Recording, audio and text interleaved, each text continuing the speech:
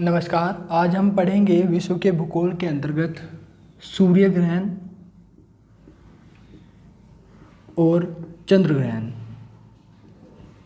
इन दोनों टॉपिक को एक साथ पढ़ेंगे हम। आसान है, एक दो क्वेश्चन आ जाते हैं वनडे एग्जाम में। पढ़ते हैं। देखो, सबसे पहले बात करते हैं ग्रहण की। ग्रहण होता क्या है? ग्रहण का शाब्दिक अर्थ है ना दिखाई देना, ना दिखाई देना। यदि हमें पृथ्वी से सूर्य नहीं दिखाई देता तो सूर्य ग्रहण, और यदि चंद्रमा नहीं दिखाई देता तो चंद्र ग्रहण। देखो, होता क्या है, एक स्थिति है जिसका नाम है सी जी का मतलब है कि जब पृथ्वी, सूर्य और चंद्रमा तीनों एक समानांतर लाइन में आ जाए, एक सीधी रेखा में आ जाए, उस स्थिति को कहते हैं सी जी भी दो प्रकार का होता है। एक होता है वियुति और एक होता है युति। अब देखो, वियुति और युति होता क्या है। वियुति कहते हैं जब सूर्य, मान लिया ये सूर्य है, सूर्य और सूर्य के बाद एकदम पृथ्वी आए, पृथ्वी, और पृथ्वी के बाद क्या है, चंद्रमा। इस स्थिति को क्या कहते हैं? वियुति कहते हैं। और वियुति स्थिति में ही क्या होगा? चंद्र ग्रहण होगा। हमेशा ध्यान रखना कि वियुति स्थिति में ही चंद्र ग्रहण होगा। देखेंगे हम कैसे होता है चंद्र ग्रहण, सबको एक अच्छी तरीके से पढ़ेंगे। इस स्थिति को पूर्णिमा भी कह सकते हैं। इस स्थिति में पूर्णिमा भी होती है। पूर्णिमा क्या होती है उसे भी देखेंगे। जब सूर्य और पृथ्वी के बीच, इधर अब पृथ्वी आ गई, पृथ्वी के बीच क्या आ जाए? चंद्रमा आ जाए, उस स्थिति को क्या कहते हैं? युति कहते हैं। अब इस स्थिति में हमेशा क्या होता है? इस स्थिति में होता है सूर्य ग्रहण। तो यहाँ से पहले तो क्वेश्चन यही बन जाता है कि चंद्र ग्रहण में से किस स्थिति में होता है? वियुति, युति या सीजी की, या इनमें से कोई नहीं। तो चंद्र ग्रहण वियुति स्थिति में होता है और सूर्य ग्रहण हमेशा युति स्थिति में होता है। हाँ, इस स्थिति को अमावस्या भी कहा जाता है। अमावस्या इसी स्थिति में होती है। अब शुरुआत करते हैं चंद्र ग्रहण से। चंद्र ग्रहण होता कैसे है और क्यों होता है, और किस वक्त, किस समय होता है? क्या हर पूर्णिमा को चंद्र ग्रहण होता है या हर चंद्र ग्रहण को पूर्णिमा होनी आवश्यक है? अब देखते हैं सबसे पहले चंद्र ग्रहण।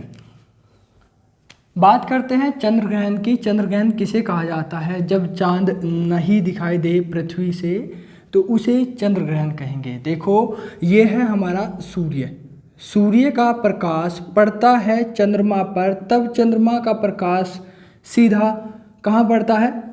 पृथ्वी पर। मान लिया ये जो है चंद्रमा, ये पृथ्वी के चक्कर लगा रहा है, क्योंकि पृथ्वी का एक उपग्रह है। अब ये इसके चक्कर लगा रहा है ऐसे। सूर्य का प्रकाश इस पर पड़ा और इसका प्रकाश यहाँ तक आया। अब चंद्रमा हमें दिखाई दे रहा है, पृथ्वी से दिखाई दे रहा है।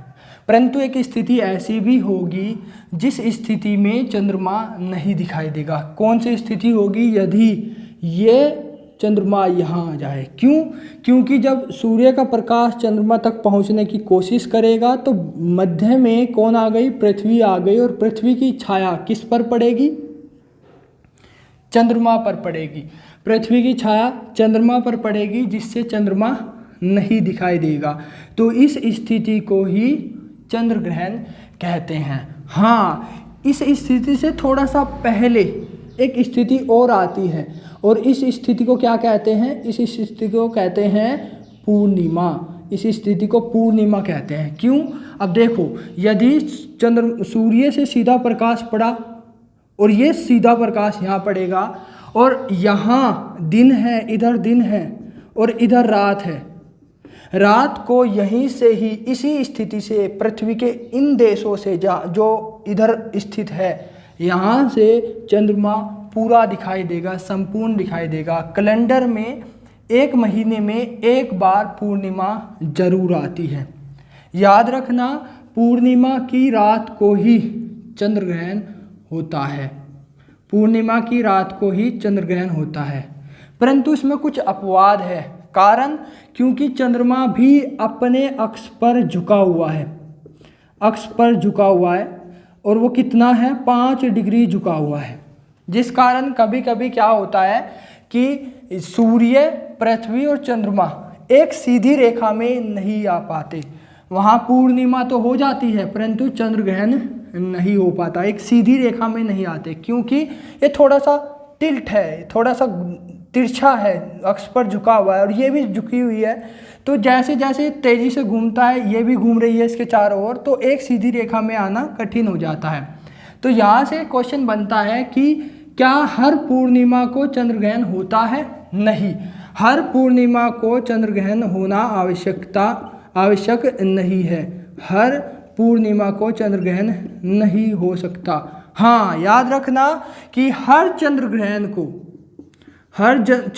की रात को पूर्णिमा होती है। हर चंद्र ग्रहण की रात को पूर्णिमा होती है।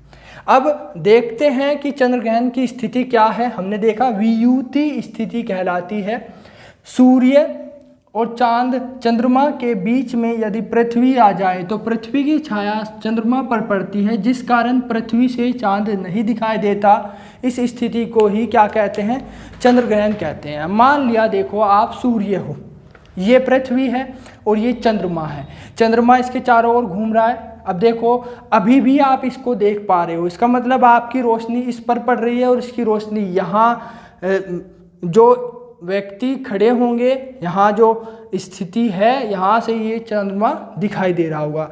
यदि चंद्रमा यहाँ आ जाए ऐसे, तो अब देखो आप इस चंद्रमा को नहीं देख पा रहे हो, अभी चंद्र ग्रहण है। वो आपके लिए नहीं है, आप सूर्य हो ना, इन व्यक्तियों के लिए है। ये इन व्यक्तियों के लिए चंद्र ग्रहण है, क्योंकि इधर रात है, यहाँ व्यक्ति जो होंगे, इधर जो व्यक्ति होंगे, इनके लिए चंद्र ग्रहण है। तो चंद्र ग्रहण की स्थिति आपने देख ली है कि चंद्र ग्रहण किसे कहा जाता है और किस स्थिति में चंद्र ग्रहण होता है।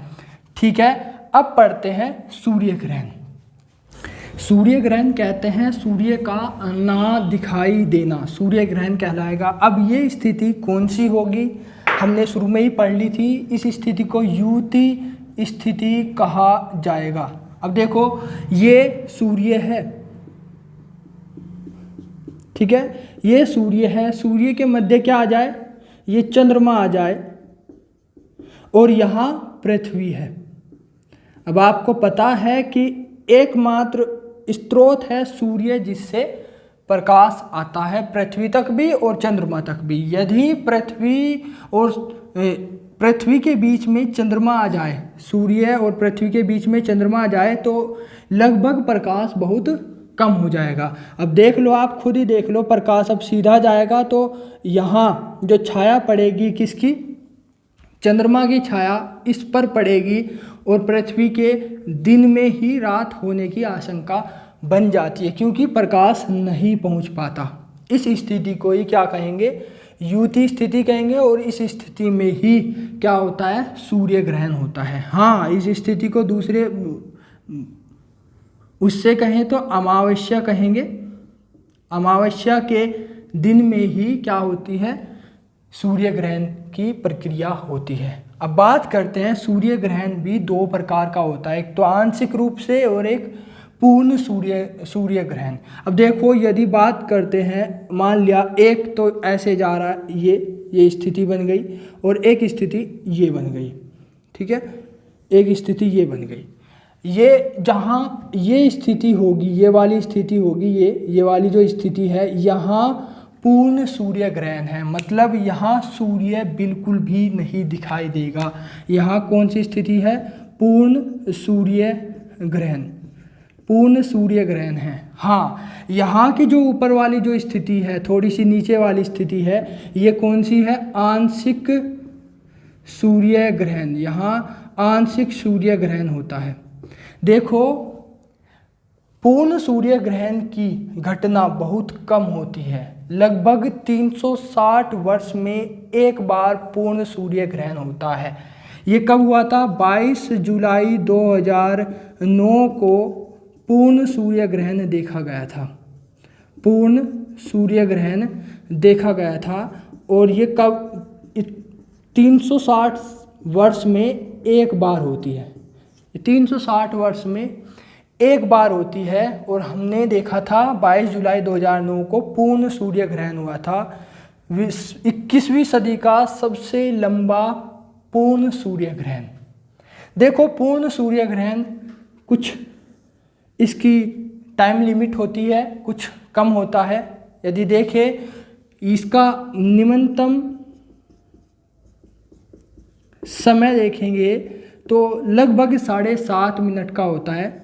7 मिनट 30 सेकंड का होता है। और यदि अधिक से अधिकतम समय देखेंगे तो लगभग 8 मिनट हो सकता है। अधिकतम समय इसका 8 मिनट होता है। परंतु यदि हम देखते हैं कि आंशिक सूर्य ग्रहण कितने समय तक चल सकता है, तो आंशिक सूर्य ग्रहण लगभग 4 घंटे तक रह सकता है। आंशिक सूर्य ग्रहण 4 घंटे तक रहता है। अब आप खुद ही देख लो कि ये जो स्थिति है, बिल्कुल सीधी एक रेखा, ये बहुत कम समय के लिए होगी, क्योंकि एक सीध में रहना, क्योंकि ये भी चल रहा है, ये भी गतिमान है और ये भी गतिमान है। ये स्थिति बहुत कम समय के लिए होती है। परंतु जो ये स्थिति है, ये वाली जो स्थिति है, ज़्यादा समय के लिए होगा, क्योंकि ये इधर भी खिसक गया तब भी ये स्थिति बनी रहेगी। तो लगभग 4 घंटे तक आंशिक सूर्य ग्रहण होता है, ध्यान रखना। तो इस स्थिति को सूर्य ग्रहण कहा गया है जब युति स्थिति में, जब सूर्य और पृथ्वी के मध्य क्या आ जाए?